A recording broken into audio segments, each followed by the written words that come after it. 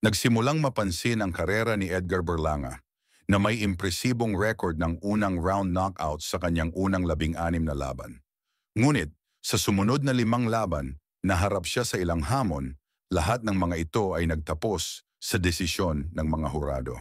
Sa huli, nagpasya siyang humiwalay sa kanyang orihinal na promoter na Top Rank na nagmarka ng isang mahalagang pagbabago sa kanyang profesional na buhay.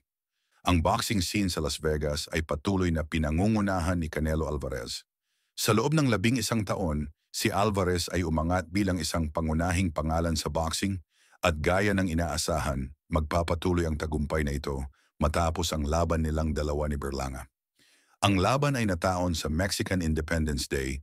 Ipinagtanggol niya ang kanyang Unified Super Middleweight title sa T-Mobile Arena habang ang makasaysayang UFC 306 ay naganap sa kabila ng Las Vegas Strip.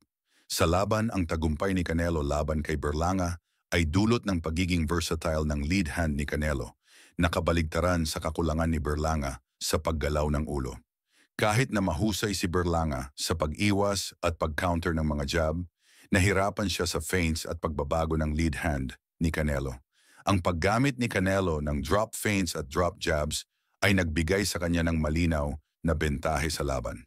Sa mga previous na laban, napansin ang kahinaan ni Berlanga sa pag-react sa mga jab, partikular sa kanyang pag-angat ng likod na kamay para ipantapat dito. Ang pagbabago ng antas at footwork ni Canelo sa bawat jab ay epektibong nagbigay ng kalituhan kay Berlanga.